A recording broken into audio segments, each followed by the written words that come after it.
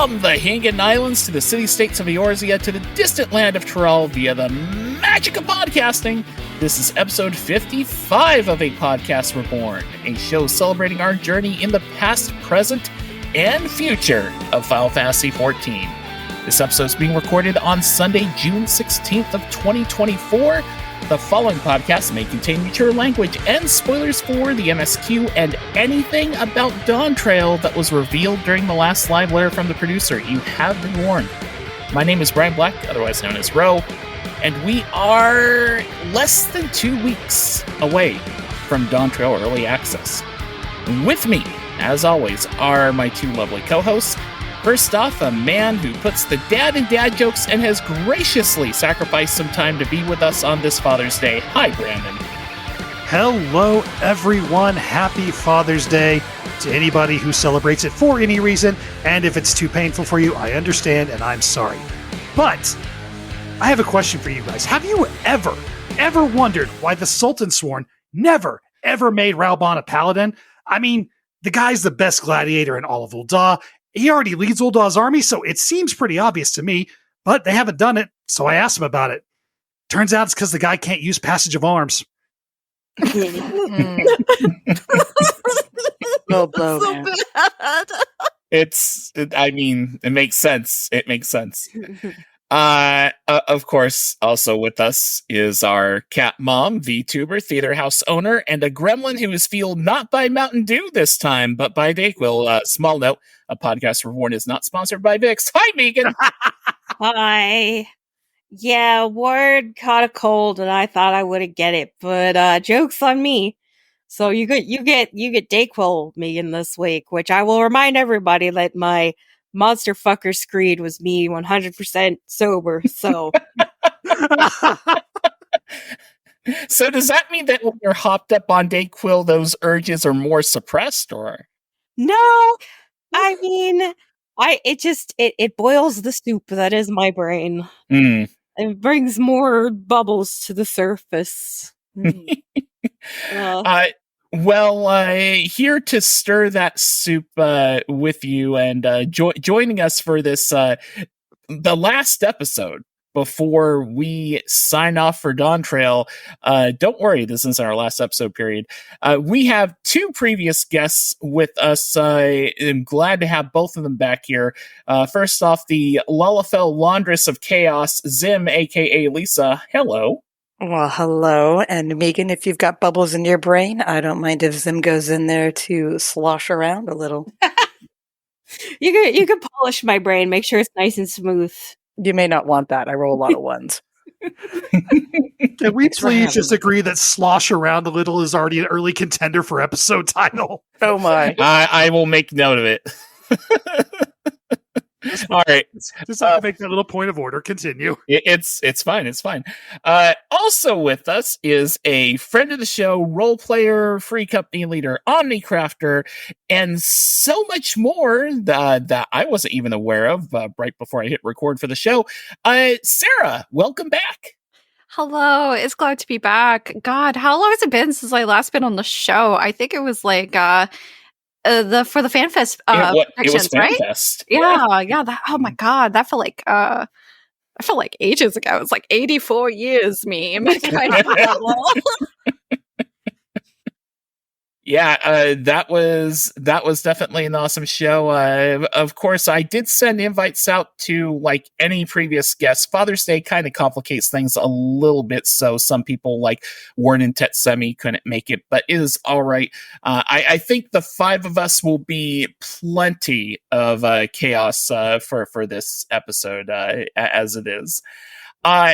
Before we get into anything else, I do need to handle a small bit of business. Because this has been something episodes in the making. People have been wondering, and I hope she remembered that I would probably be bringing this up. So, Zim. Yes. How do you feel about Reen? Oh my gosh, you're gonna just put me on the spot right now? I'm just going there right now. Yeah. I mean, there was the before how I felt about Reen, and then there was the after how I felt about Reen. I suspect you're asking about the after how I feel.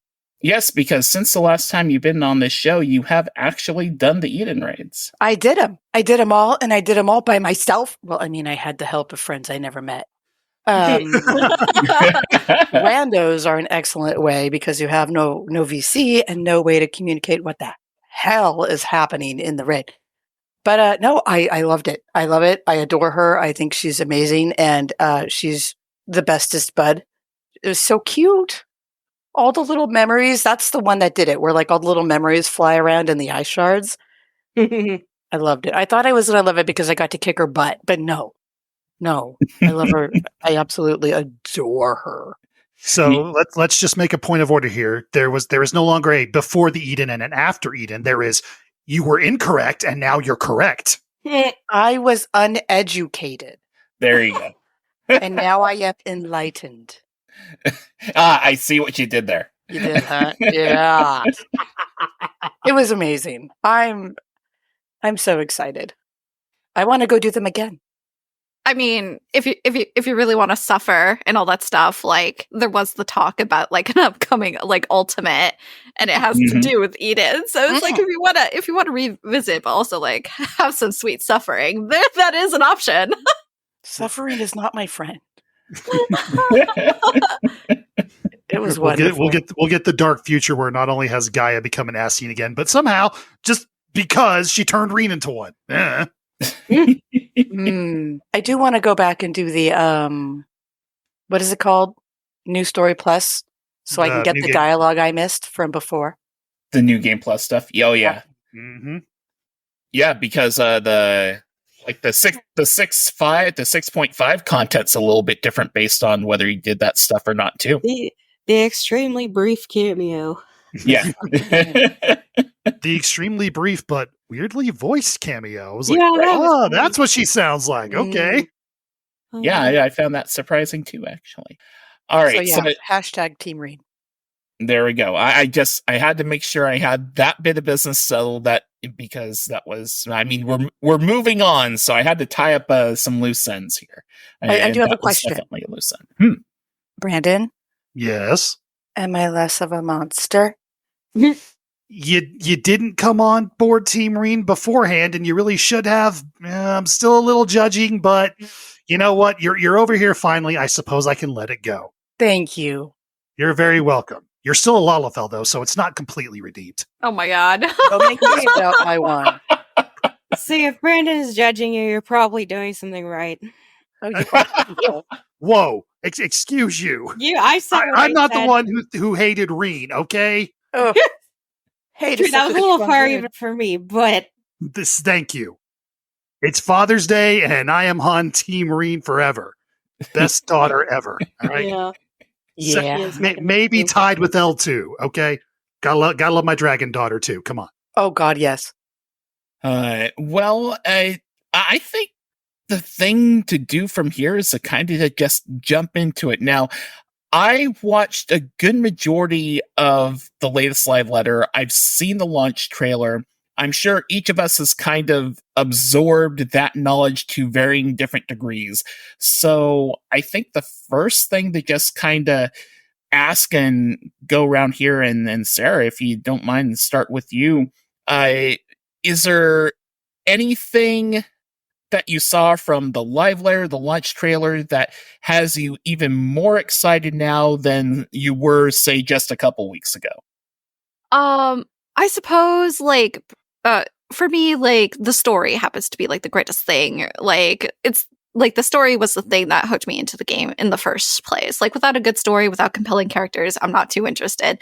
But I do really, really like the addition that they added to mechanics. So system changes, for example. So one of the things that used to bother the hell out of me every time when a new patch came out was trying to find the quest giver NPC. Like you're trying to find Alphino and Alize, or heaven forbid, Kryl in a sea of people. And they're all crowded and you can't see them. It's really hard to like click on the other characters without hitting another player character, just like trying to see what the additional dialogue would be. Now, I do love the fact that they ended up adding a feature that will essentially allow you to either keep things at a default setting where you'll see the crowd regardless, or you could have an option that kind of partially removes player characters the closer you are to the quest giver. And then the third option, which I'm gonna be like, chef's kiss, you just don't see like other player characters at all as soon as you approach the quest giver. And I think that would really help in terms of story immersion. Oh, It's yeah, nice for you sure. You press like Z or something, and it makes it so that only the quest giver is the thing that you can click on. There's a What? button that you can press, but like, Yeah, this is kind of an can't click on extension of anybody that. else. Yeah. Yeah, I know. I'm so used to. I'm like, I find the hunting for the quest giver, the giant crowd of people is like part of the experience. Do it as a Lala and say that. It's awful. I bet. I think this also ends up being kind of a boon for numerous content creators who are going to stream their playthroughs and stuff and not have to worry about sniping crowds, flocking in on them or getting in the way of stuff, or just the general populace just being around and everyone grabbing quests at the same time. Yeah, that's true. Yeah. I do See, always find it funny when they're like, yes, my one and only friend who has come here alone. And I'm like hearing the crowd noise in my face. Mhm. Like, yes, just the two of Ooh. us. I wonder if they'll mute the crowd noise too. You would think they Ooh. would. I would think so. It'd be kind of odd if it wasn't the case and all that, because it's Yeah, you're the only person there, but there's just this crowd around. This sounds of crowd around you, murmur, murmur, murmur, murmur. Yeah, that'd I be always- pretty funny. I always found it very disconcerting whenever you approach an NPC, there's a crowd around them, and then you click on them and it enters a cutscene, and then it pans around to the area around you, and the crowd is mysteriously gone. Right. Well, now with this filter, the crowd can be gone before you even start the cutscene. Yeah, it just Okay. makes me wonder if will the disconcerting go from like, oh, I see a whole bunch of people crowding around, something must be happening. Oh, where'd they all go? This is weird. Twilight Zone. The Figment void. of your imagination. They don't exist. You're the soul warrior of light. That's it. That's all. Right. I mean, to be fair, this entire world is a figment of our imaginations, but hey, who's counting? You and your logic, man. Suspend your disbelief. Let's go. I only unsuspend my disbelief when it's comedically appropriate. Mm-hmm. Mm-hmm. Brandon, anything jump out to you from the past few days with the live letter and the launch trailer and all? I'm going to call out something specific because it is just so me coded. Everything involving the zone heritage found, and then all the screenshots they shared from Solution 9, all that beautiful future tech city with the purple lighting everywhere, just looks so good. And then, of course, we see a whole bunch of weird stuff that looks like it emerged from that very same set of zones in the launch trailer. And I'm like, this is like some variation of the Allegan Empire sort of crap we're about to fight. And I'm just like, yes, Right. Give it to me. Can I join you guys? Can I defect? Oh, yeah. There's been some actually like super interesting theories. I'm not sure if you guys have been keeping up with the community and just like the thoughts and whatnot. And especially Aliens. well, it's like, Aliens. like it's not just aliens. Like some people are like starting to like kind of come up with like the new theories. Like, Are you talking about the Pastrot theory? yeah, so I did hear about the Pastrot theory and all that stuff, especially when it came to someone that they called like the enigmatic maiden. The enigmatic maiden, Yeah, so she has like a very like interesting, distinct look, and it's like I see people were like picking apart her outfits, Mm-hmm. and it's like it'd be interesting if like something was indeed kind of more or less tied like to the Asians and whatnot, because it's like Finn Daniel himself during Endwalker said like he wasn't able to act on his own will until after like Elidibus died. But it's like we don't know how many of the supposed like sundered Asians are left if Gaius hasn't killed all of them already. So it's either that Solution 9 just happened to be kind of sort of made as like a result of like something that maybe the sundered Asians did or not, but it's like a lot of there's another like thing that came up that a lot of people assume that she looks a lot like Princess Garnet Ooh. from Final Fantasy IX. And the area down below where Heritage Found is, those buildings look very Alexandrian. Yeah, Yeah. they do. So it's like I kind of like look at a few things, and it's like I'm kind of getting a mixture of like Final Fantasy 9, maybe a little bit of Final Fantasy 7 there.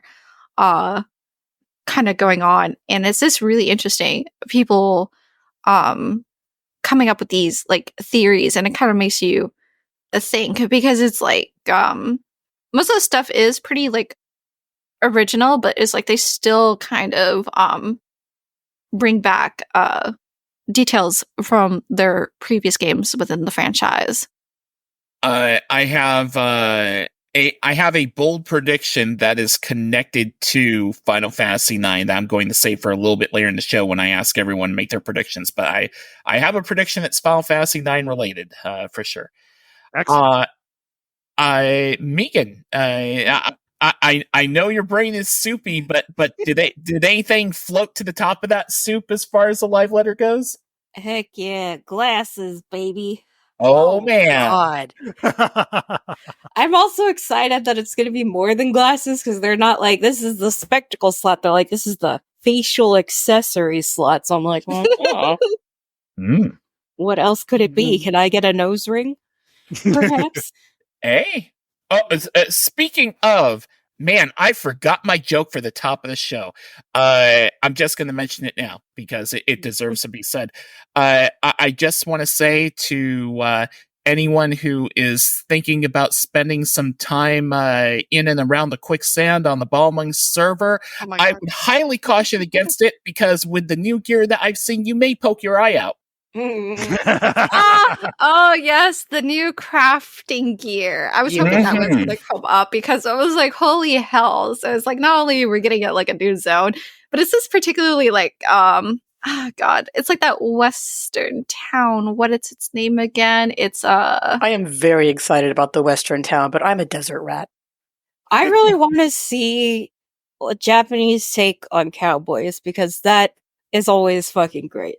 I mean, we already have like kind of like a cowboy like setup. Like sometimes I'll just be like running in like Limsa or whatever, and it's like I just see a cowboy with the chops. I love they're just the doing chops. bees knees. Yes. Are we going to have anyone with a voice? Are we going to have anyone with a voiced role that's going to have the stereotypical cowboy accent? Oh my god! And also, will they be voiced by Matthew Mercer? Oh God, yes. You know, honestly, if Matthew Mercer is indeed like a voiced NPC, that happens to be, I think it's like, what was it, like Shalani? I think the town is called. Mm-hmm. Then it's like, Brandon, I will e-transfer you like $10. If Matt Mercer is like in the game with like some sort of like, you know, Western kind of voice acting going on. My God. Finally, Critical Role will have made me some money rather than the other way around. Right. I got a new cat boy, and he's got glasses. Mm-hmm. Probably not a cat boy. A cat cowboy. Is that the boy with the Zentradi green hair? Yeah. Oh. Yeah. He's very cute. Do I sense a crush there, Lisa? You know I have a thing for Zentradi green hair. Come on. I know. I just didn't know you also had. Well, I mean, there is the Mikote Emmett Selk, so there is you have the a one and fascination only. with. So wait, are you talking about Emmett Selk from the Dark Star? Yeah, I am. yeah. There's a venue called the Darkstar Hostelry, and there is a Mikote Emmett Selk there, and Lisa has frequented the place quite often. Oh yeah, I participated in their tournament and I won second place. Holy hell! Nice. Congratulations. Muto won first. Yes. I think it was Ignis who won first place. Oh, good job. I love. Yes, that. Brandon. I was just going to say, speaking of said green-haired cat boy, I seem to recall from the live letter that he is a proponent of technology and innovation in his bid for the Dawn Throne, I believe it was called. No, wait, that's from freaking Stormblood. What the hell? You're talking about being the Dawn Servant. Being right? the Dawn Servant. Yeah, Dawn Servant. It's really confusing because it's like I did a similar like slip up, but I believe his name is Kawana. Kawana, yes. Yeah. You all know my propensity against cat boys, but this guy's talking about bringing technology and innovation to Tuliolal. So I'm just like, oh, sorry, Wuklamon. I'm going to switch my allegiance to this guy. My God, we found the one cat boy that Brandon can get behind. Once again, do I need to remind you that Zirhuntia and China's exist? I don't hate all cat boys. Yes, because they don't use them enough. Accurate. Very accurate. Brandon, Yes. what's the name of that wonderful cat boy from the Roll Quest and Shadowbringers? Yeah. Dead cat food is what his name Ooh. is. Wow. Maybe he shall join you on this journey. Maybe I'll yeet him off that cliff where we see all those pretty waterfalls. Wow. Oh my god, just the violence. But Brandon doesn't believe in character arcs. He's like, I met you and you were annoying, and I don't believe you're capable of growth or change. So fuck you forever. I mean, I absolutely like I'm gonna say it. I hated Alphino. Like Everybody did, man. Yeah, it's like when I first started playing like a Realm Reborn, I was like, wow, Alphino, excuse my language, but it's like, boy, you're a piece of shit, man. You should go sit in the corner for all the stuff. You and your crystal braids. And then in Heaven's Ward, different tune. Yeah, I started a play over again with some friends of mine who I finally convinced to join the game, and we were always joking about him, like, who gave this 15-year-old a paramilitary group? Who let this kid start a private military? Yeah, we're like, well, this is a terrible idea. And then it was like, the leaders of the realm. That's who. Yeah, that was a terrible idea. Let's never speak of this again. It's the grandkid of Lewis Swall. What could possibly go wrong? Everything. Let's just say the execution of that formation of that organization was a bit sloppy. Good one. Good one. Yeah, Alpha was literally like, I've got a lot of money. I'll just throw that at everything and be like, hey, buddy, you surely know other people to recruit. Here's some money. It's like, Alpha, no. Surely they have Eorzean background checks. Please don't hire everyone from Ul'dah, okay? Like, yeah. Who did you expect would otherwise be able to help you finance this thing other than the frickin' kings of capitalism from Ul'dah? Lisa, is there anything that jumped out from the live letter for you or the lunch trailer? Two things. Can I quickly say the two things? The first thing is, Zim's favorite triad card. Yes. Did you see the thing? Maybe I'm not. lost. Brute Justice Mount. Ooh. Yeah. I really hope it comes with the music. I need that. I need that so hard. I would give up everything to have that. Everything.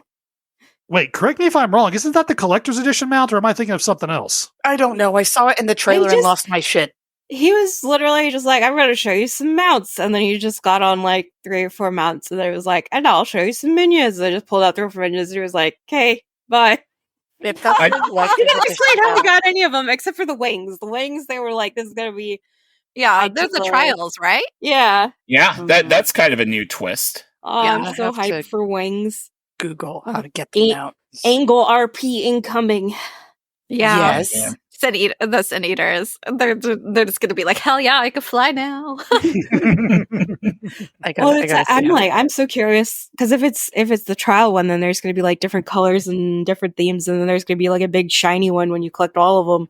Hell yeah. What's the big shiny one gonna be? Yeah, maybe you'll have 6 wings like a seraphim. Oh my god! As Sera. Oh man! And when you land, they like wrap around you, so you could be like biblically accurate, Lalafell. No, Zim too powerful.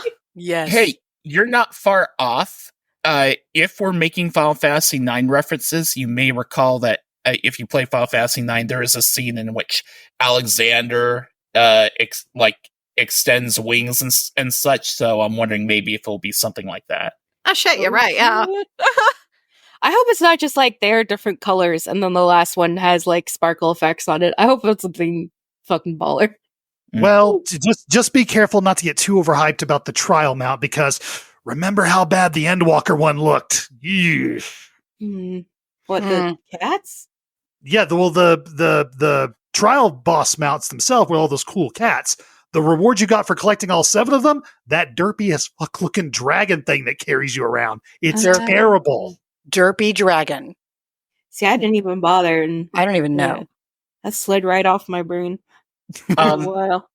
So the Brute Justice mount was one thing. What was the other one, Lisa? Oh my God. Okay. So Sarah got my number one was hiding the damn PCs. Number two is the companion app updates and being able to use it to assign ventures from my fucking phone. That is cool. Oh But they said it's going to cost extra currency. no, they said Kupo nuts or whatever the other things are. Okay. And Kupo nuts, you get 2 a day when you log in. See, I didn't know. I don't know. Okay, hang on. Let me go see what those currencies are. Anyway, heck yeah. I'm all on as long board. as it's not extra real world currency, I'll make use out of the heck of that thing. Yeah, I don't want. WoW used to do that with the like the follower missions. Yeah, the oh gosh, what the heck was it called? They introduced it in Warlords of Draenor. It was like a war table missions or something. Yeah. Have you moved on to Garrison the other game? mission? Yeah, Oh, Garrison that's table. right. Thank you. Mm-hmm. But, Yeah, that was my other thing was companion map updates because oh my god, give me. Oh, who wouldn't want to do more Final Fantasy when not in house? As if I go outside of house. I was gonna say I work from home. I could just like pivot over to my other monitor. So Kupo nuts you get 2 a day. Mog coins are the real monies. And I believe it said you can assign ventures with your Kupo nuts or Mog coins. How do you get Mog coins, or is that something new? Mog coins are money. It's a paid currency. I wonder, Oh, well, heck that.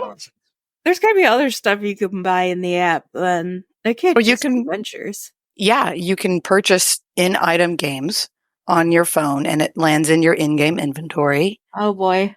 Or you can, yeah. I did that hardcore when I was like shopping for something while I was at work one day. Oh Lord. But I did it with Kupo nuts and not real money. So Gil and Kupo nuts bought me my business. And then I sell stuff all day long. I adjust my prices with my Kupo nuts. So now I know I'm going to hoard my Kupo nuts until Dawntrail pops up. But you only get a total of 10. So if you have 10 Kupo nuts, go shopping. So what you're saying is hold on to your nuts. I'm saying that's the title of this episode. Yeah. Wow.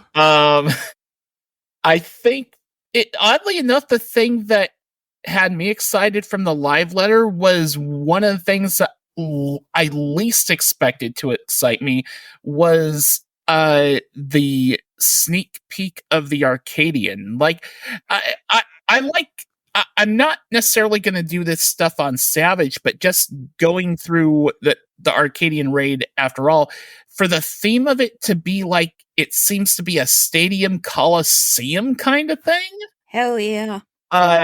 That opens a lot of potential doors, which is also, again, linked to a prediction I'm going to make later on in the show. I believe I know one of the bosses for the Arcadian. Or, well, no, if I say more, it'll give it away. But yes. The raid looks interesting. The theme for it seems pretty cool. I mean, it's kind of, I guess it's kind of a take on something we did before with like the Omega Raid series, if you think about it, if this is going to be a tournament kind of thing. So it makes me wonder how many of these enemies are going to be unique and how many of these are going to be from other things in previous series. Final boss, black trench coat, long silver hair, giant ass. No, they won't do that. They won't do that. They will not do that. Look, I got my freaking fights against the weapons from Final Fantasy VII. Okay, let me beat up Sephiroth again in another game. Here's the thing.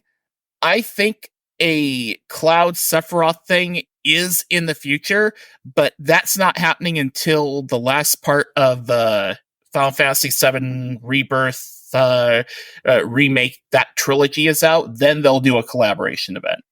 I suspect you're probably right, but you know, considering all the cool references we had in the Omega Raid series, I kind of have had hopes for more FF7 crossovers, and I kind of got that in the weapon trials, which, you know, those fights were great. Story surrounding them was not so good, but whatever.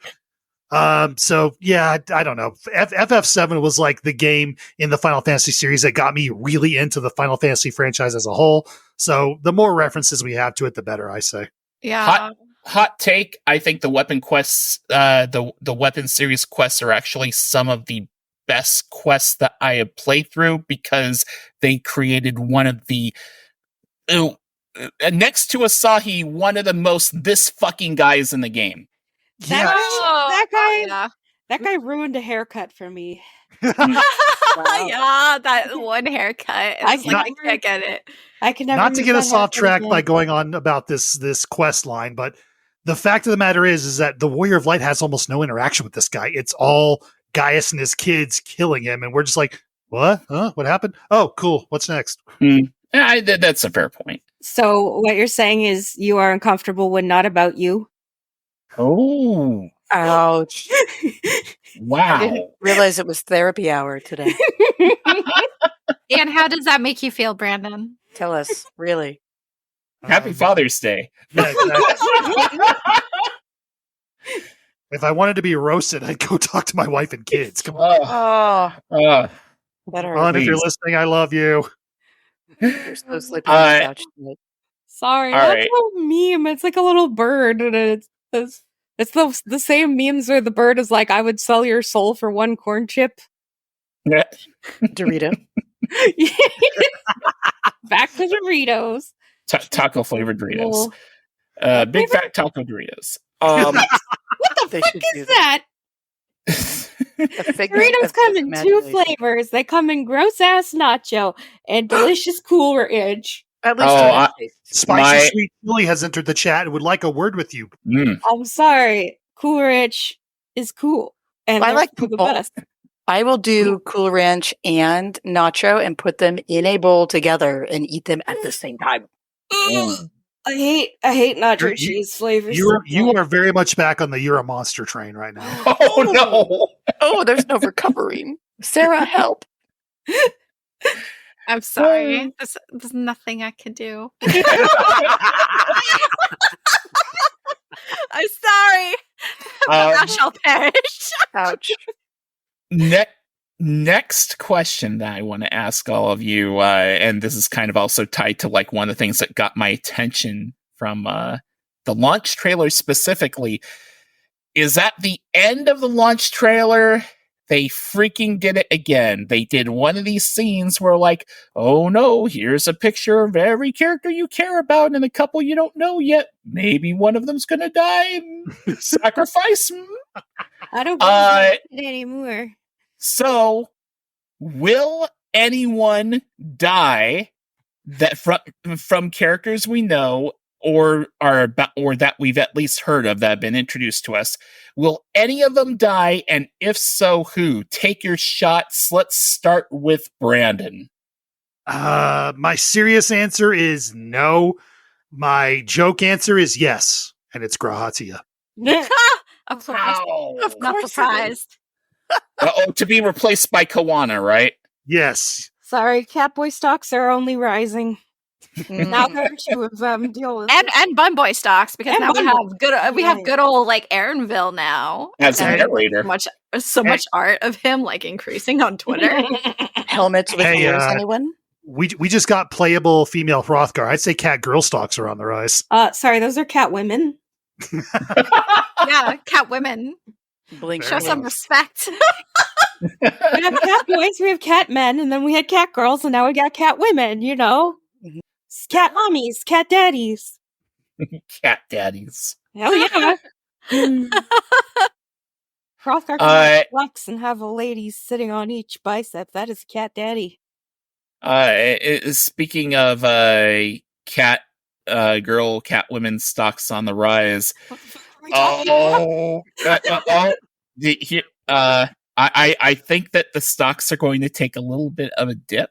Oh. What? Because my prediction. Now, mind you, when I say this, it's not a final thing, but my prediction is that at some point in the MSQ, Y'shtola dies. What the Again. fuck is every expansion? I mean, this is a safe bet.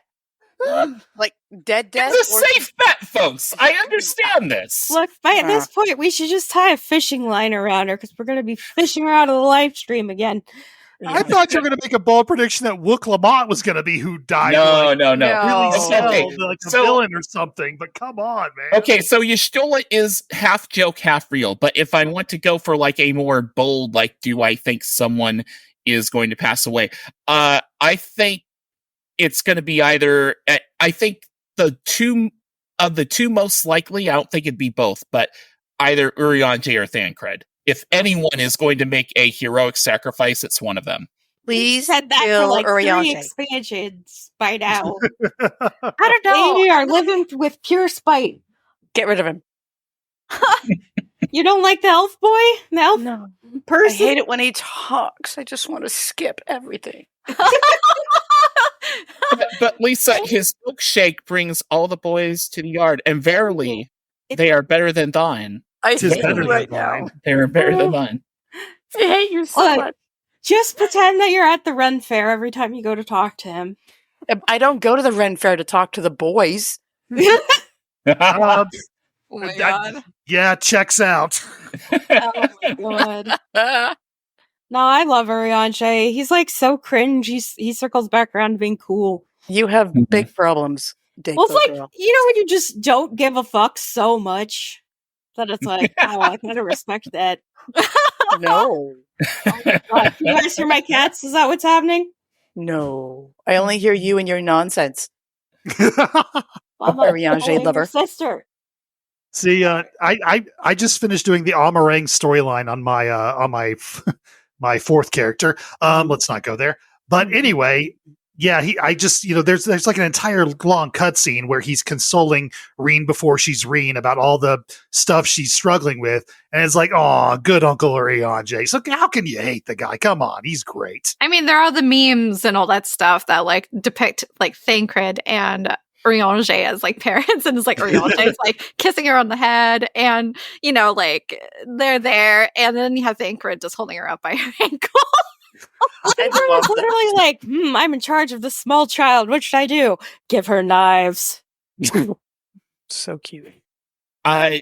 Sarah, anyone on your in the crosshairs as far as you think? Okay, so I have a little beef with like Square Enix. I'm not gonna lie. Oh. So the reason, it's like I had like a particular set of expectations with Endwalker. It's like I actually legit thought that people were like going to die. It's like, to be honest, when it's like the Warrior Light, powerful as they are, they're absolutely shit at killing people. By the way, like they don't stay dead after we defeat them. They don't stay dead. Because we never like- finish anybody off. We just live a monologue and then Exactly. I'm Or sorry. either that, someone else kills them off that isn't like the Warrior of Light, and you're just kind of there, and you're just like, Mhm. well, fuck me, I guess. You're just But like, whoa. yeah. Oh, shit, dude.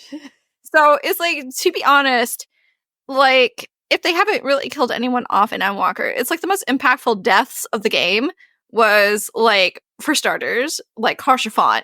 No one has gotten over Harshaphant because it was that impactful, and it was Mhm. probably like the biggest sense of loss to be experienced within like Final Fantasy XIV. And other than that, a lot of people cry over, myself included, Emmett Selk, but his story has been concluded. Yeah. So Even- says you. You take that back. You know what they say about the minions. Once the minions are made, they're gone forever. Damn it. So what does that say for the Xenos out there? But reincarnations of like, we just run into two little kids that are clearly well, theoretically, a soul in the etherical sea maybe takes around like a few hundred years or so, and all that stuff to be purely cleansed. they're turbocharged, okay? I mean, Uh-huh. here's the thing. Final Fantasy XIV is full of anime bullshit, right? There could definitely be a storyline where Emmett Selk and Hythlodaeus and whoever get reincarnated, and then a few hundred years from now get reincarnated, but then travel back in time to this day and age, and we run into him. So, it's Or anything's Maybe- possible. we meet like a shard of them from another shard or something. I Do you don't think Well, know. they'll that's have the the same thing, hair? though. They weren't sundered. That's Right. the thing. So Well, it's like they Hythlodaeus won't be. it's like they won't be able to do if reborn do the creation magics because it's a thing that is learned, but they will have like theoretically speaking a whole bunch of like a etheric like manipulation. Like, yeah, wouldn't they be like other Warrior of Lights? Because we're unsundered too. Like that's the whole thing. We're not unsundered.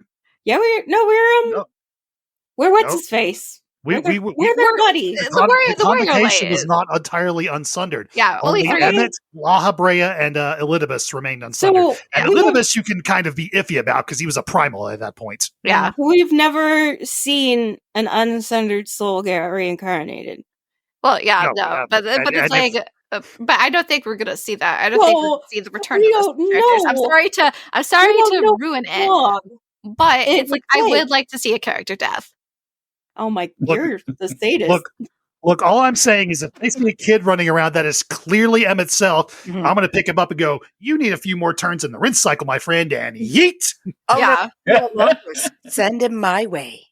Yeah. So hanging out at the bottom of the waterfall, I'll send him your way real quick. Oh my god. Yeah, but it's just like keeping in mind like Final Fantasy XIV's like track record when it comes to dealing. I feel like if they're gonna kill anybody, it's gonna be a character they just like Harshfont was a character that like got his thing in Heavensward. Like, yeah, we got introduced to him near the end of like AR. Yeah, but he wasn't like a scion or anybody who was really big. And although at that point we thought all our friends were dead, which honestly, what was the time to keep a few people dead? Guys, not to be like, lol, JK. But what if Erenville's the new Harshfont? Don't do it. No, you take that. Oh my god! All the bunny boy lovers will just go fucking crazy. But it's it would be interesting. Either that, or perhaps maybe it could be the. there is someone listening to the show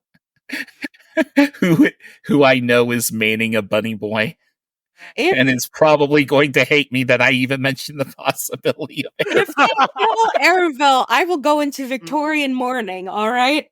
Oh my god! I actually have a more serious prediction on that front now. Do you? So we know that Thancred and Urianger are journeying to Tyrell separate from us, and from the hints of the live letter, it seems that they're going to be supporting one of the other claimants to become the new Dawn Servant. Are you going to murder him? I have a prediction that not only who they're supporting, and it's Koana, but whoever this bad one is that's like, supposedly super warmongering to make it seem like just, how big of a threat they are. He's going to murder Koana, and that's how Thancred and Urianger are going to rejoin us. Oh shit! Honestly, that'd be pretty. That would be pretty fucking solid in my humble opinion. And Wook-Lamont, because he's also Wook-Lamot's brother. I mean, they're adopted brother and sister. Yeah. And she spoke very fondly of him during the MSQ, which I also recently did. Yeah, so it's like honestly, I will give it like a 5 out of 10 if they killed one of them, but also I'll give them like an extra 5 points and all that stuff if they also killed like the bad guy and all that stuff, because it's like if he has like a specific like set of beliefs and all that stuff, and it is like it's like dad's getting old, want to take over the throne, but hey, yeah, that issue that was kind of going on back east and all that stuff, Garlemald isn't around. Well, maybe we can expand our own territory. And well, it's like, God, what was his name? Bakul Jaja? Mm-hmm. Probably. Yeah, so it's like, honestly, if I would like at least want to see like a character death, I would probably put him on the chopping block. It fits with the anime tropes. It does fit with the anime trope, and it's like it's a Japanese MMO. It's always like we gotta kill somebody to like up the stakes or to like show like this is serious, guys. But I'm really hoping it's not serious because I was promised summer vacation. Well, I mean, it's going to be a summer vacation, until the future anime kicks in, until we go cyberpunk. Then I think summer vacation is over once you get to Heritage Fountain and Solution 9. I just want to go to a resort with Tataru. I want to make rooms for all my friends and be Can I come to your hotel? I would love that. Oh my God. Come on, Megan. It's called a beach episode, not a beach season. True. No, that attitude. Who hasn't called their shot on who may die, if anyone? Well, I mean, technically me, but I just said like it better not be fucking anyone because I want my Nazi Yasumi. I'm almost on a vacation. I want everybody in bikinis. I want Checks out. I want beach barbecue. I want the thing where they like hit a watermelon with a stick for some reason. That's in like every anime beach episode. I just want beach episode the expansion. And there's when she Kyle says in the background drawing Moogles, and it's very cute. And everybody's just happy, and we're all having a good time.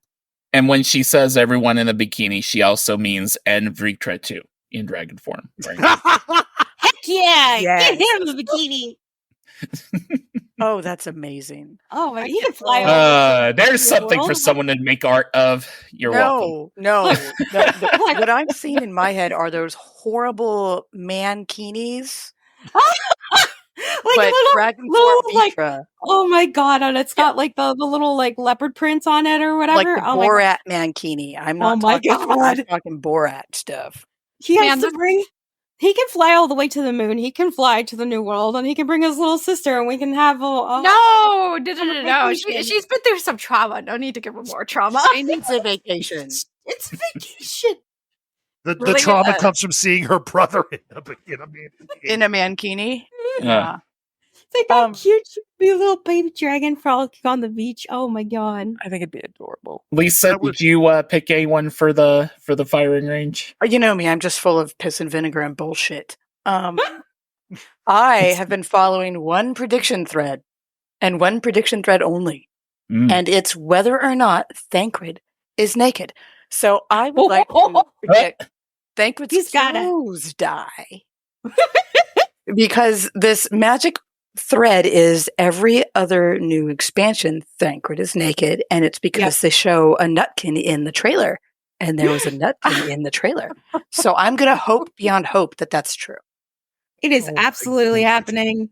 Yeah. So then when the sign, it's going to happen when one of the signs are going to look at nude Thancred, look at you and say, "That's Thancred." Yeah. He's gonna it's gonna be like you're gonna think that there's something dangerous in the jungle, and you're like gonna push through the bush. It's gonna be like Thancred, like under a waterfall with like Nutkin diving in front. There has to be more Nutkin hijinks. Somehow, I demand Nutkin hijinks in some form. What if Nutkin dies? Thancred got in to take a bath or to bathe in the stream, and then some mischievous forest creature stole his clothes. That's going to be the hot springs episode of the MSQ. They'll be in the hot springs, and then suddenly Nutkin. It's going to be like hide your nuts. Nutkin. I love it. But yeah, that's my Thancred's closed eye. I don't think an actual NPC will bite the dust because the game will just bring them back like it always does.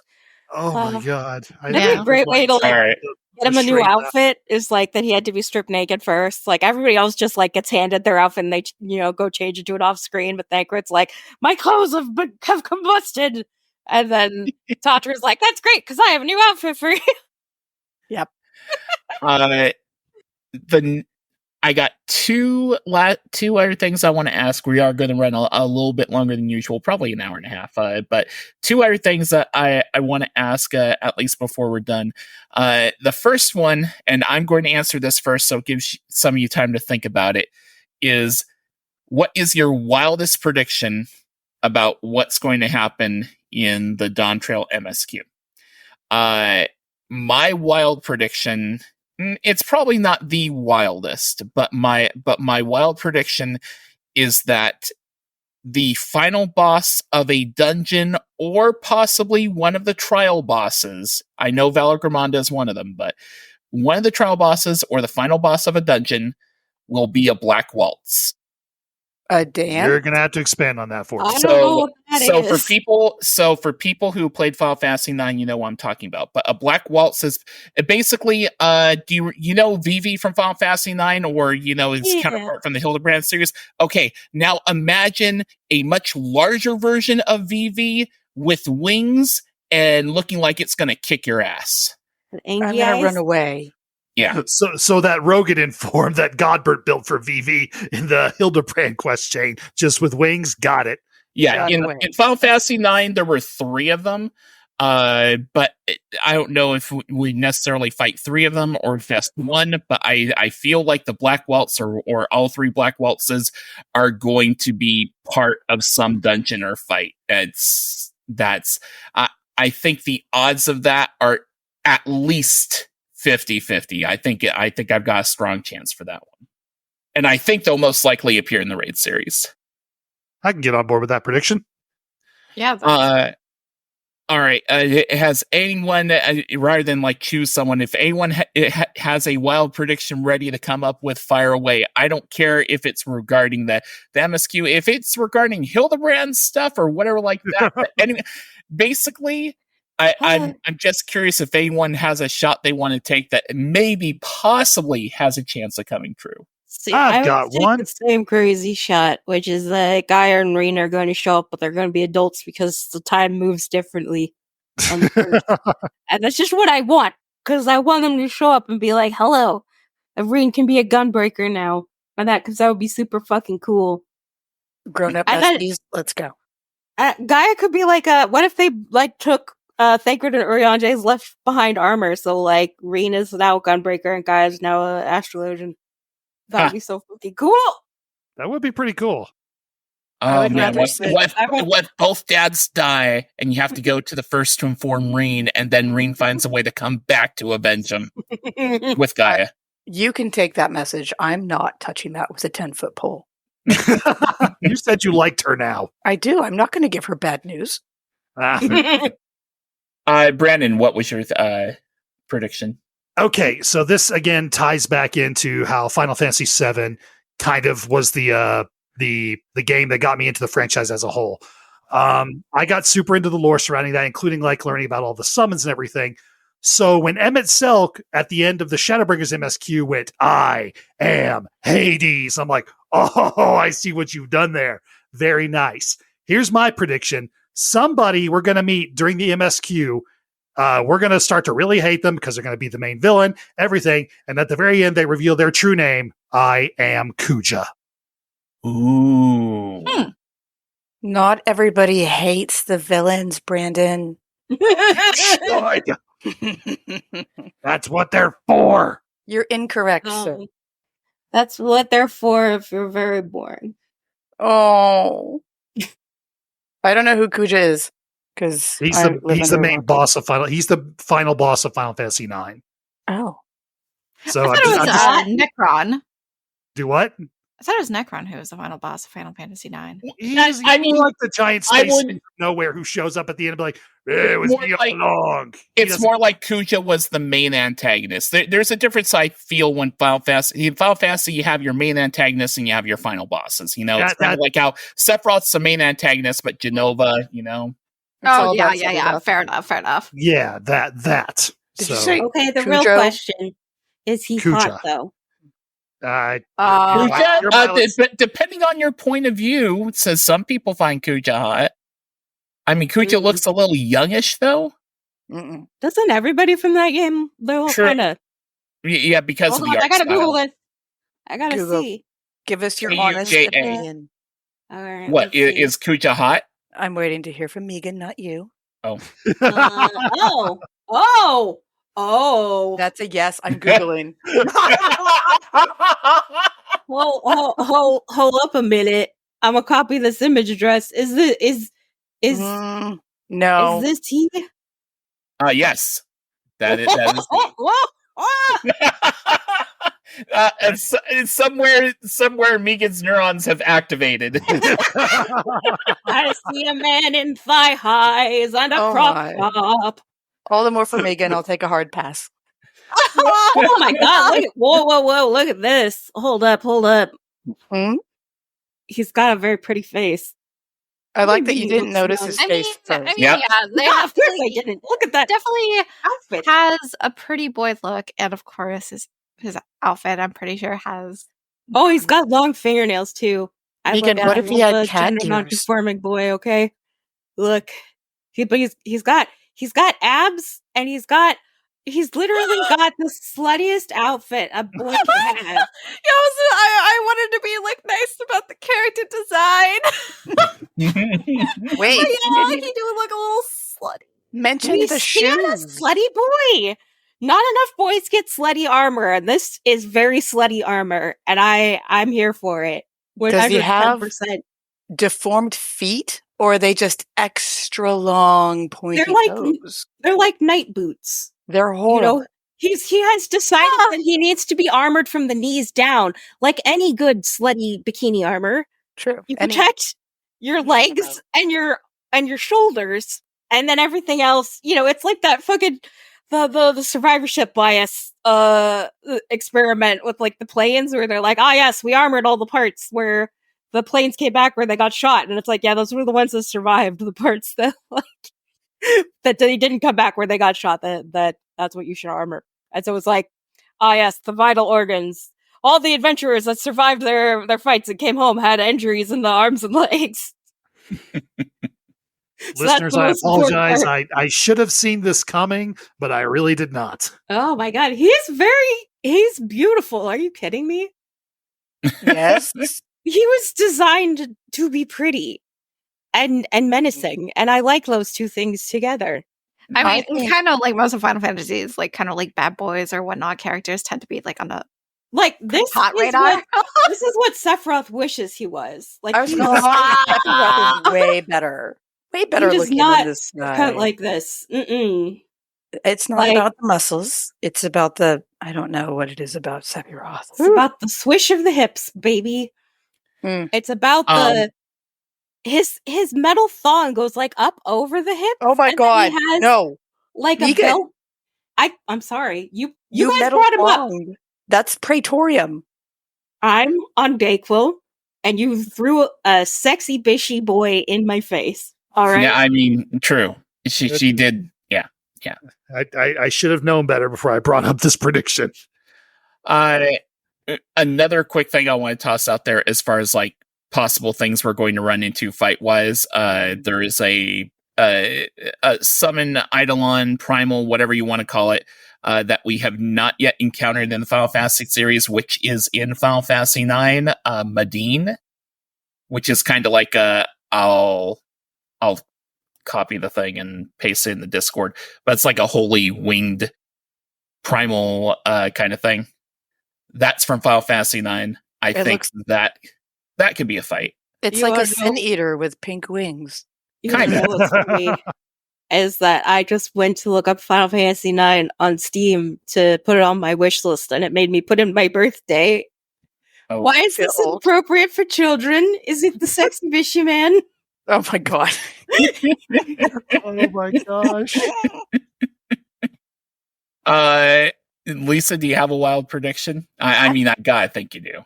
I don't. I just want to go. Really? I want to play. I want to see where we end up. I'm infatuated with the City of Gold. I can't wait to find my way there. I'm so excited. But I did it's not a prediction. It's just, I'm just so excited about the whole endeavor. But when Brandon was talking about the purple light up crap on the trailer, those airships and like the little drones, I literally had to pause it and just stare with my mouth wide open. I don't have predictions. I'm just ready for the ride. Let me go. Put me on. Tuliolal is going to be attacked by the minions of Amazon Prime. Oh my god. Gimme. I don't have anything. Sorry, man. I got fuck this. How about you, Sarah? Any wild prediction you want to make? I'm not exactly like sure about like in terms of like bosses and all that stuff, because it's like you guys already listed some pretty like good decent ones. It's like I still kind of do get the like pretty heavy like Final Fantasy IX vibes. And like honestly it would be pretty funny if Pretty Boy ended up showing up. Kind of like how nobody expected Kafka in the Omega raids. So it's like that would be pretty damn funny if we ended up just like throwing hands with him in the arena. If Pooja's in the Arcadian, yeah. It's like perhaps maybe like I kind of have like an idea in terms of like solution like 9 and all that stuff. Like God, how to put it? Like it's like solution 9 is like if you think of just the word the solution, like solution is usually something that like involves a problem, and it has to be a solution to a problem. But the question is, like, what is the problem and what is this supposed to be a solution for? So I was like thinking about what happens if like Solution 9 happens to be like, I don't know, like a soul supply place. Because it's like the Asian plot wasn't just to just simply revive Zodiac, right? It's like Emet himself said that like that him and the others would plan to basically sacrifice all new life to him, so that way they can get all the souls that were used to summon him in the first place back. So it's like Emet like sacrificing someone so he can get Hypholedeus back. Problem is that a lot of the calamities kind of like killed off like a lot of people. So it's like it's calamities and all the stuff. If it continued and it just basically like annihilated most of the most of the populace at the source, then they won't really have anything to give to Zodiac if they were indeed successful. So what if like it was kind of the similar plot of Final Fantasy like 9, because it's like you had the Lifa tree. Yeah. So so basically is like, for those who don't know, it's basically like a giant tree that ended up trapping souls of one planet to feed another. And and it's pretty clear that souls could be kept in like a particular place for a very, very long time, like the ancients being trapped within Zodiac, since they were the ones who willingly sacrificed to him. So it's like, what happens if like Solution 9 is very much like the Liflet tree? So like massive city on top of a giant place supported by like a strange reactor. Their souls basically stored for Zodiac, and you know, just kind of have like that slight Final Fantasy VII vibe.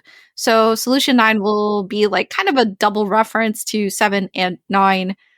And essentially it kind of works as like a place of having new life, kind of keeping them a little bit complacent, maybe a bit of a slaughterhouse thing. It's like, yeah, sure, we can keep all these like souls and whatnot just to kind of feed Zodiac. May I add to that? Yeah. So when Solution 9 first was like brought up and shared with the public at whatever convention it was, somebody analyzed the freeze frame of one of the vending machines, and it was mostly Eorzean script. Have you already seen that thread? Yeah. So I am now with you and support that theory because of that translation. My one prediction that I want to make as far as Solution 9 goes is I think the shenanigans with Solution 9 and just that area has something to do with the second Umbral Calamity. The second Umbral Calamity was called the Calamity of Lightning. There's a lot of lightning stuff going on over there. What if Solution 9 was kind of like an arc city of sorts that it may not be an Allegan civilization good, but it could be Allegan adjacent or something similar that was just very technologically advanced, and they avoided the second Umbral Calamity by basically through Solution 9. So, something like that. Makes sense. All right. Last question. And this is more of a prediction thing and just more of a general hype thing. I mean, obviously, I think all of us here are excited about the story. So the fact that everyone's going to do the MSQ and have fun with that. But outside of the MSQ, because everyone's doing the MSQ, you got to do it to get to all the juicy other content and stuff like that. Outside of the MSQ, what are each of your first goals when it comes to Dawntrail? Like, what are you going to be diving into first once the MSQ is done, or perhaps at the same time as you're doing the MSQ? I'm going to toss this one to Megan. Pictomancer. I had a feeling that was low hanging fruit. I am so fucking hyped for Pictomancer. I feel like Yoshi P directly pointed at me and was like, "You, we're making a class just for you," and I was like, "Yeah." And not only that, it like now that we've seen a bit more about Pictomancer from like media tour and all that stuff, Pictomancer looks like a really sweaty job, Megan. Yeah, It really does. and I'm hyped for it. I'm here for it. I'm very excited. I played Bard for a really long time, so I'm used to being like the support DPS. I'm like, Summoner's pretty easy. Perhaps I should make my life more difficult. But could I put sparkles on it at the same time? Yes. So I'm very excited. I love the gear. I love the animations. I've been watching rotation videos. But at the same time, I'm always like, I am never 100% sure I'm going to like something, so I actually get my hands on it. And especially until you get your hands on it, like at endgame in raid scenarios, because like, I thought I liked Monk until I tried to raid with it. No, I did not. So I really hope that it's gonna be boil my soup. Your soup is already so boiled, dear. Oh my gosh! It's gonna give me the good goblin goo in my brain. That's what I want. But yeah, I'm just from the aesthetics and the videos that I've seen, and like the fact that Kryl is gonna be like our mascot. I'm pretty sure she comes along with you to do the quests, the like class quests and everything. So that's gonna be fun. But yeah, I want to get my hands on it. I want to try it out. I want to, run like 5 million raid finders and learn it good. And hopefully it's good, and hopefully it's the right amount of challenging so that like I don't completely fuck it up while trying to read. For myself, this is kind of on the heels of something that I had done just a few weeks ago of getting every crafter to level 90. Right at the end of Endwalker, just a couple weeks before that becomes irrelevant. But I actually want to get every crafting job to 100 much sooner than I got every crafting job to level 90. So that's like one of my first things I'm going to be going for is trying to get Omnicrafter 100, which should be pretty exciting. Look at you go. Yeah. that is what I'm shooting for, especially because if this new like cosmic exploration content is supposed to be like Ishgardian restoration, and I never really participated much in this Ishgardian restoration, so I would love to be on the ground floor of that with like every crafter available, so I can just dive right into that stuff. Oh my god, Ishgardian restoration, man, that's like PTSD for me. Do you have the Kupo crown, Sarah? I do have like the beautiful crown. It's like I have everything at like 90, and I have for like a very long while. So all my crafters, all my gatherers, all my disciples of the disciples of war and disciples of magic. I've worked so hard, but during the time of the restoration, I was a mad woman. I was fucking possessed. And you know what? Honestly, if I probably stayed up just a few more hours, I probably would have at least held the 12th place in order to get the Sage of the Firmament. But it's like I came in 13th, and I wasn't even doing the master crafts. No, I was doing the baby. I was doing the baby crafts, and it's like essentially I was like kind of like the underdog of like the Diablo's Firmament for alchemists. I think I heard, I think was Zeppela talking about, but I think they said in the media tour that like, that the rankings may not be a thing for cosmic exploration because they're kind of concerned about like people, basically sacrificing their lives for that. Oh, yeah. my. Yeah. Yoshi P does not support no lifing this game. No, he does not. Sarah, what about you? What are your first goals in the game? Oh boy. So obviously for me, like story will obviously kind of like be like priority, but that's kind of screaming on the inside is like I'm gonna have to like cap everything. So I'm gonna be hitting perhaps all like the leveling roulettes and stuff. Start systematically going through each and every single one of my jobs that I have available, starting with tanks, going to healers, moving to DPS, and kind of go from there, and then focus on the crafting and gathering and all that stuff, because it's like there's going to be like new traits there and points that are going to go into it. There's also going to be new regional folklore. I'm gonna cry. Start crafting that script. yeah, indeed. And like, yeah, so the new orange gatherer scripts and crafter scripts, and I'm just like, oh fuck, there's a new color. God, what else?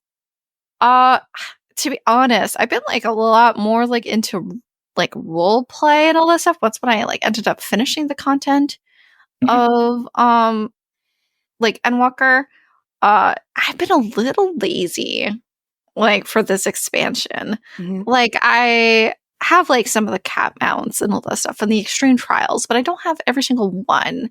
It's like I have like mostly every single trial mount in the game, with the exception of Endwalker so far. So I'm like, So it's like perhaps maybe when I have my class at like 100, I'll go back to farming and getting those again. But I am like, I'll be less lazy, and I will do the extreme trials as they come. So that way I can get myself some sweet wings. Mm-hmm. Oh, and it does go without saying, yes, every triple triad card. Yes, I will be going after every triple triad card. Wondered I have every triple triad card in the game except for 8 right now. Oh, so close. And all of those are from Endwalker, and they're all from dungeons and trials and stuff, and it's just RNG, so it's only a matter of 10. You get luckier. I do. I just need to get luckier. Lisa, how about you? What are your goals? Besides exploring everything. Yes. Like the bioluminescence had me, I'll choose a better word, screaming. I was screaming for the bioluminescence. I love that shit. A lot of world exploration just to see what Yoshi P and crew have put together. And then triad cards, of course. And 2-die system glamour madness. That's about that. Those are my priorities because I suck as a player, but it's going to be beautiful. I'm going to go in shiny and amazing and screaming. I cannot wait to see what outrageous color combinations you put your Lalafell in. It's going to be so hideous, dude. It's going to be Alamegan farting times 10. I cannot wait. I'm so stoked. This is my favorite. I've already collected so much dye pigment just to go insane.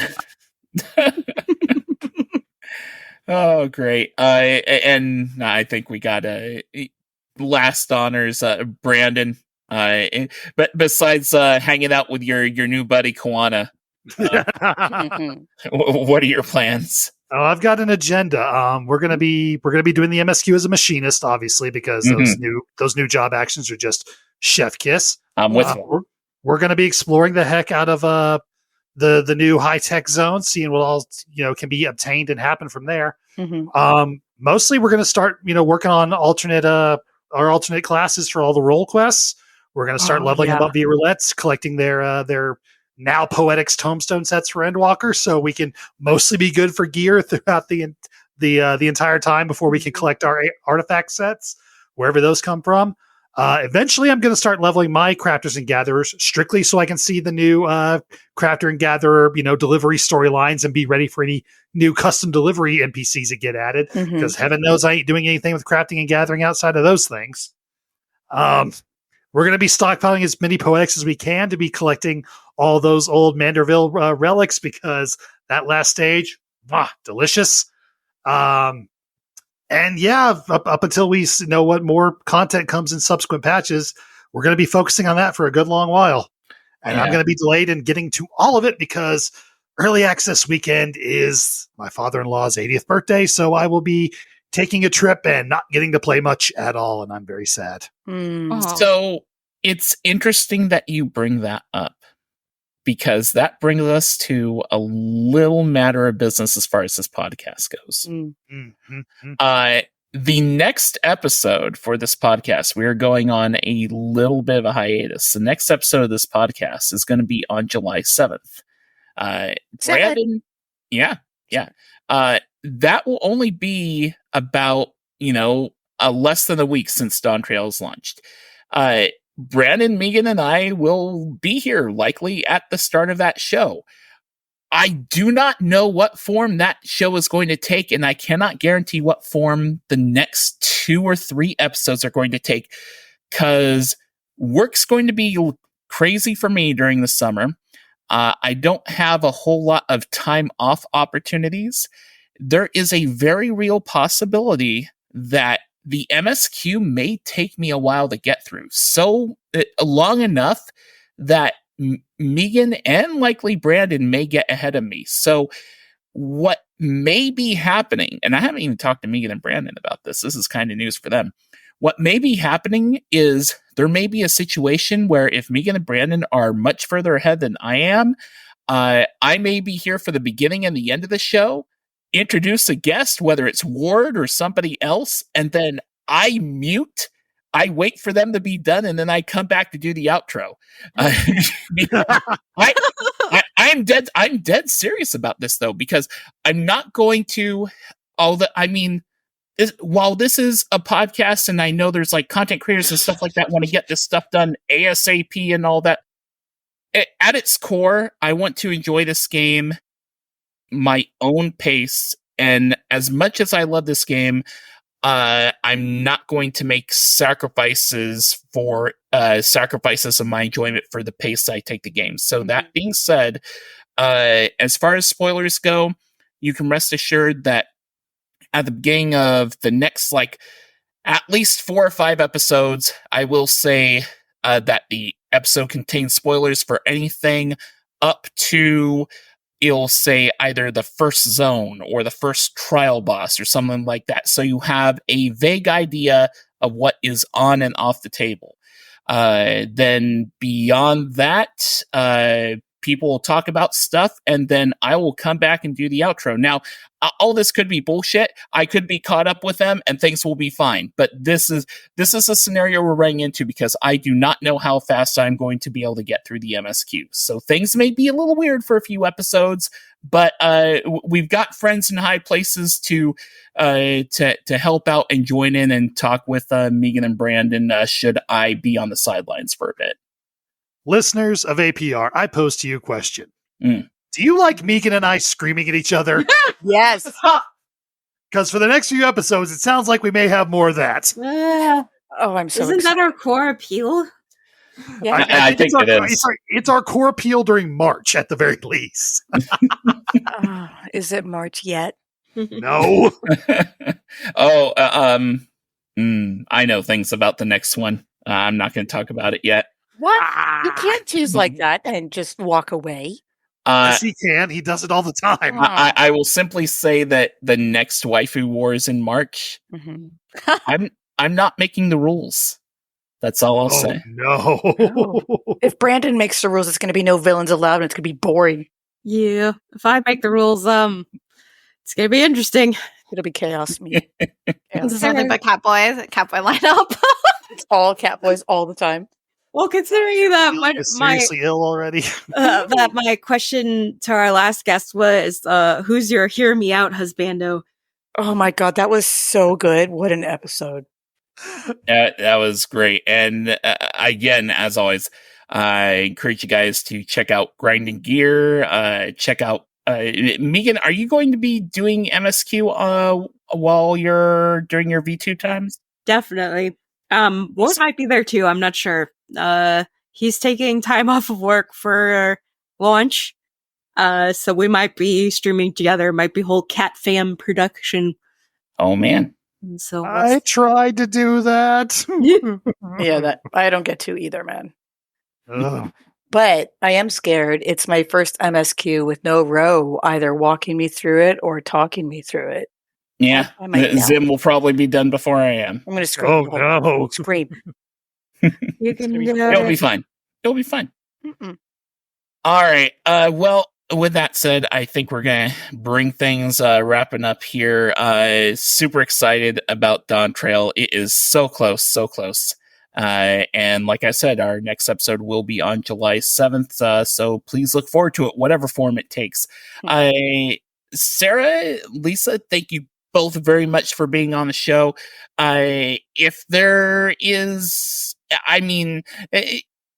if there's anything you guys want to promote or mention, like where you're found on social media or anything like that, feel free. You don't have to, but if you have anything prepared, awesome, go for it. Sarah, anything?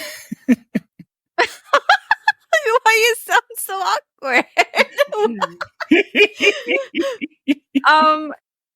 I just been kind of like doing my own like side things at the moment. Who knows? I may stream or not stream Final Fantasy 14 Dawntrail. It really honestly depends on my schedule, but I do have like a PNG tour like kind of start going on, and is like on Twitter. You could just follow me at like Lalouv YT basically.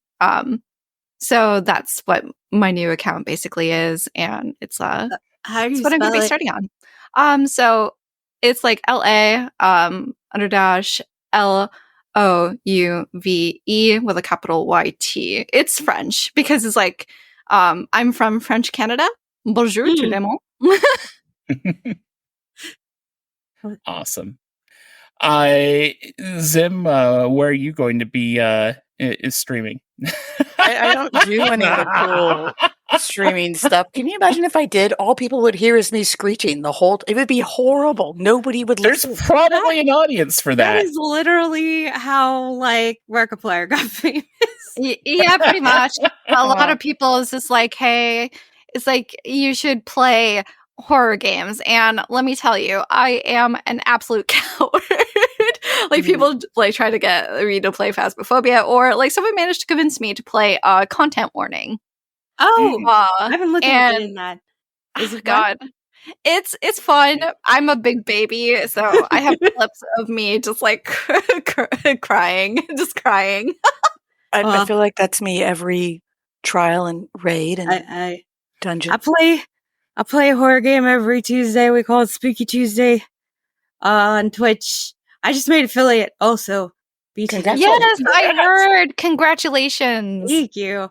Yeah, it's going well. I'm having a lot of fun right now. I'm playing The Quarry, which is by the guys that did Until Dawn. It's like their sequel game, and it's actually on PC because I don't got a PlayStation. But yeah. Well, I really enjoy playing horror games. I don't know. I feel like I've gotten kind of inoculated to it. Same thing with horror movies. Like I love horror movies. But yeah, The Quarry is really. I'm sorry. Go ahead. Do you lift your feet up when you play video games like I lift my feet up when I watch horror movies? No. The things under the couch are going to get you. Well, I have things under the couch. They're called Bonbon and Butterscotch. I get bitten pretty frequently, so I'm kind of immune to that too now. But yeah. It's Cat Mom Megan on Twitch and Twitter, Blue Sky and Tumblr and YouTube. And TikTok. I do occasionally put out like a TikTok that's not just a stream highlight or cat video. Not that often though, so don't get excited. But yeah, I try to do art on Thursdays, and Wednesdays just like free space to Wacky Wednesday, do whatever the heck I want. So yeah, come hang out on Twitch, 3 p.m. Pacific until 5 p.m. Pacific on Twitch. There was that time on Twitch. Was it Raha you drew eating the cheese bowl? Oh yeah. That was my favorite anything ever. Streamy was. It was amazing. You're incredible, and it was so much fun. Oh, thank you. Well, right now I'm working on a picture of Pictomancer Kryl. We're gonna start coloring her. I finally finished up the inking. Last week. Stalk you. Yeah. And remember, after that, Vritra in a bikini is next. No, not bikini. Magic. Yeah, it's like a little Borat bikini. It'll be very. I'm not good at drawing monsters. As believe a in monster you. fucking advocate, I should probably be better at it, but I'm not. You know, honestly, at the beginning and whatnot, I wasn't 100% sure if I actually heard the term monster fucking. Right? That was the whole thing, and I was like, "Wait, what?" I'm like, "Am I sleep deprived? Am I hearing things?" No, you're just. No, this is just a podcast we're boring. This is just typical. Yep. It's My I was like, my hear me out husbando is Ritra, not Varshan, not the Aura guy, the dragon. Megan. Full dragon. Megan, And imagine. Megan is Shiva's sister, basically. Basically. I mean, Harry Spellger is like a lot of people would be like, I would bang that dragon. Like back at Heaven's Ward, people were like, Harry Spellger, Harry Spellger, Harry Spellger. Well, that He has voice. soulful eye. That's so full. Oh my god. You can hang up the podcast now. We're done. Uh, I played that, but okay. I thought the FF like the roleplay community is ruined. oh. Oh my gosh. There is so much debauchery. Square Enix put in the story of Shiva, and therefore I believe that I have the friggin' Square Enix seal of approval for my monster fucking, alright? Because if we can do a dragon, we can do anything. All I can say is Yoshi P is judging all of you right now. It's Hold on. Why are you throwing me into this, man? Yeah, thank you. It's all that Uh, gestures in vaguely. Yeah. Brandon, where can people find you?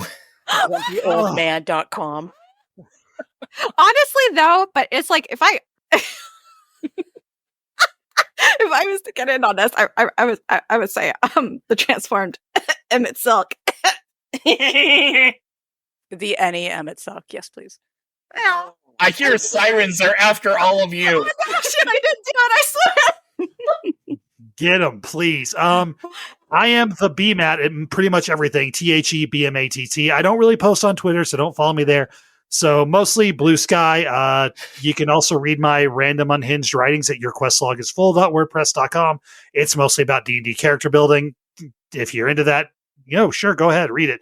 You can also catch me on a lovely D&D podcast called Plus 5 to Hit, where we're infiltrating some wizard towers and finding some weird, ritual components. I don't know what the hell's going on, but it's fun, and I'm looking forward to the next time we can play. Are you not dead yet? So far, no. Working on it. Rest.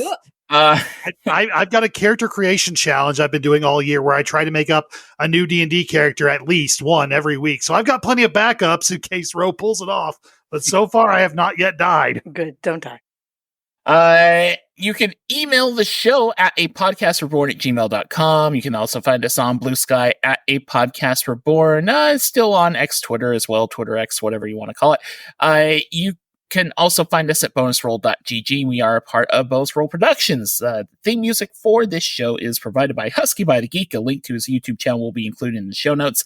And any Final Fantasy derivative music you hear, where it's from Husky or anyone else on this podcast, belongs to Square Enix. No copyright infringement is intended. That is going to do it for episode 55. And that's going to do it for A Podcast Reborn Endwalker edition. We'll see you in Tyrrell. For Megan, for Brandon, and of course for Lisa, for Sarah, for Butterscotch, for Ward, and Bon. This is Brian Black. Until next time, may your loot rolls be high, your glamour fantastic, and for the last time in Endwalker, your duties always complete, Brandon. We have seen multiple instances of this show of when Megan's been sick, when she's on Dayquil, even when she caught COVID. But speaking of COVID, what happened when Isael caught COVID? Oh, Died. She got a cold. She had to isolate. Oh.